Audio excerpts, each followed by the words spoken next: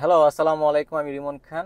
Toyota Harrier 2020 new শেপে আপনারা চাইলে কিন্তু ইনফোটেনমেন্ট সিস্টেম এবং ডিসপ্লেটা বা ড্যাশবোর্ডের যে আপনার কনসোল মিটারটা আছে এইটা কিন্তু আপনারা চাইলে ইংলিশে কনভার্ট করতে পারেন। সো কিভাবে আপনারা কনভার্ট করবেন ওইটাই আজকের ভিডিওতে দেখাবো।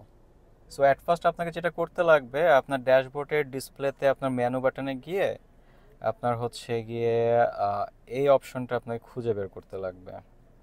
সি এই যে এই লাইনে এখানে আপনারা ফার্স্ট অনেকগুলো অপশন পেয়ে যাবেন। আপনার প্রিকলেশন, তারপর লেন ডিপারচার কিছু অপশন আছে।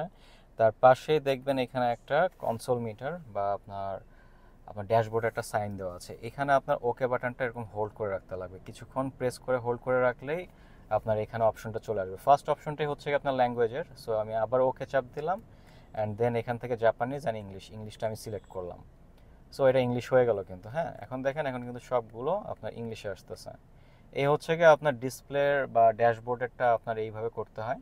অ্যান্ড ইনফোটেনমেন্টটা যেভাবে করতে হয় ওইটা একটু দেখাই।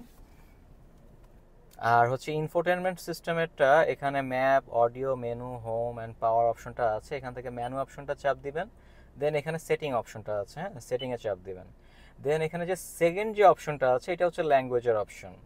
এই সেকেন্ড অপশনটাতে চাপ দেওয়ার পর এখানে দেখবেন ইংলিশ অ্যান্ড জাপানিজ ভাষাগুলো চলে আসছে। তো আপনি ইংলিশটা সিলেক্ট করবেন অ্যান্ড দেন ওকে চাপ দিবেন। এইটাও আপনার ইংলিশ হয়ে গেল। সি এটাও কিন্তু ইংলিশ হয়ে গেছে। সি সম্পূর্ণ ইংলিশ হয়ে গেছে।